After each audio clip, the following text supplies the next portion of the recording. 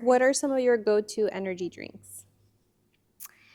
So, when it comes to energy drinks, I personally don't really drink energy drinks. What I recommend to my clients as far as energy drinks go is number one, just before we even get into the energy drinks, it's making sure you're eating food before you have that energy drink. That's huge because it can really throw off your hormones. It can throw off your stress hormone, cortisol. So you want to make sure you're eating protein before you even have an energy drink. So don't crack it in the morning before you even, open your eyes. You want to wait a little bit. You want to have protein. You want to have breakfast first. As opposed to, as far as the types of energy drinks, when you look at the label on the energy drink, you want to go for no added sugar. You also want to opt for not a ton of like chemicals added, right? So even specifically, high fructose corn syrup or inflammatory ingredients and chemicals that are in the energy drink. You want to stay away from that as much as possible. I personally am, sorry, can I pause for a second? When it comes to energy, because like my person, do you want me to be more of like because I can be like a gym bro and say like, and do this energy drink, but I can also be like myself and be like, because I really don't recommend energy drinks. But like, for example, I would say like, the yerba mate or whatever, like that's high in energy, but it's like not an energy drink. And I feel like I don't want to be like, so drastically different from your clientele, if that makes sense. Yeah. Like if they drink energy drinks, I want to give them like a healthier. Do you know what I'm saying? Yeah. Yes, What do you you can think? provide them the healthiest alternative Okay. you can get, which we can still be honest and say I don't recommend it, but if you're going to, Okay. this is what I would recommend. Okay. But we still are trying to get that first form deal. So. Yeah. Oh, I'll say first form, okay, because first form's fine. Yes.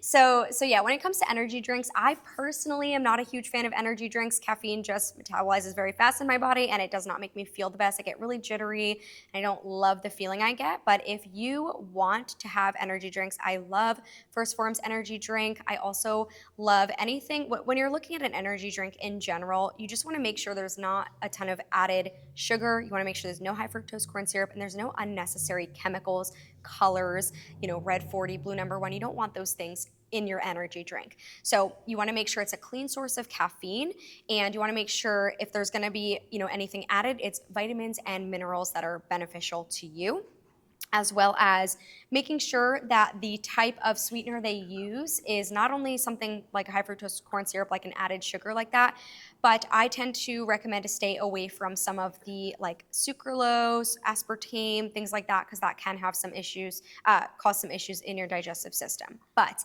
when it comes to, when it comes to an energy drink, you just want to make sure you're choosing the cleanest option with the least added ingredients. First Form is one of my favorite ones. I don't even know if that went, but I tried to add that in there. Yeah.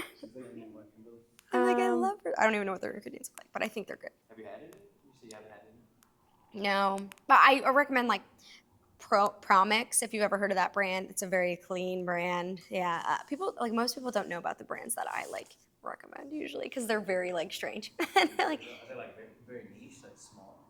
Small, yeah, not as big as First. I mean, First Form's huge. I used to be obsessed with First Form. Really? Yeah, I used to always buy their protein. Not that I don't like it anymore, actually. It is better than most of the alternatives. Like Ghost protein, I'm like, no. Really? Yeah, Ghost is like, they've got like oils, colors. That's going to be on our Okay. list. Okay. Anything else? It's okay if you don't. I got some. Oh yeah, okay, go ahead. Okay.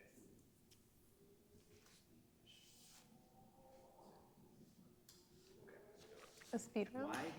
Why does it seem so difficult for companies or experts to agree on what's healthy when it comes to like what you eat? Yeah, absolutely. I think that there's such a divide between people who promote, clean, whole foods and people who back up, that processed foods are not going to kill you.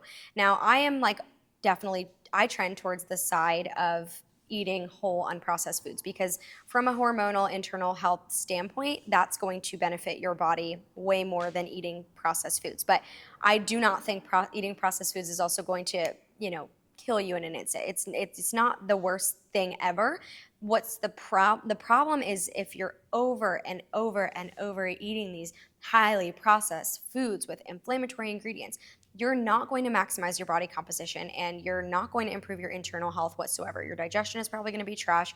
Your energy level is going to suck. So when it comes to the divide, I think there's such a huge divide, because there are some people who can lose a bunch of weight by, just cutting their calories and eating maybe like protein bars and protein chips and things like that the other person might say those protein chips and those protein bars are the worst thing for you.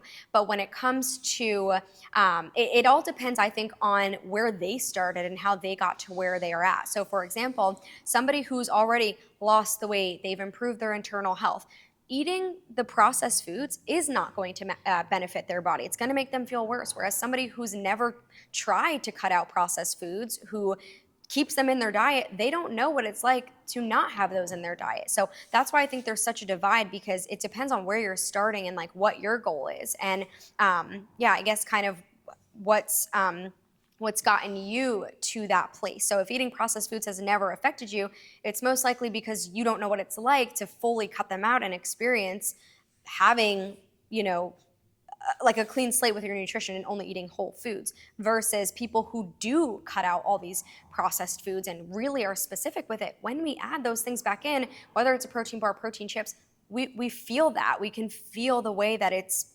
altering us or alters our digestion or makes us not feel the best. So I just think it's a matter of like where you're starting, and that's why there's such a big divide, because some people see great results eating processed foods and some people know it makes them feel terrible. So I think it depends on where you're at with that.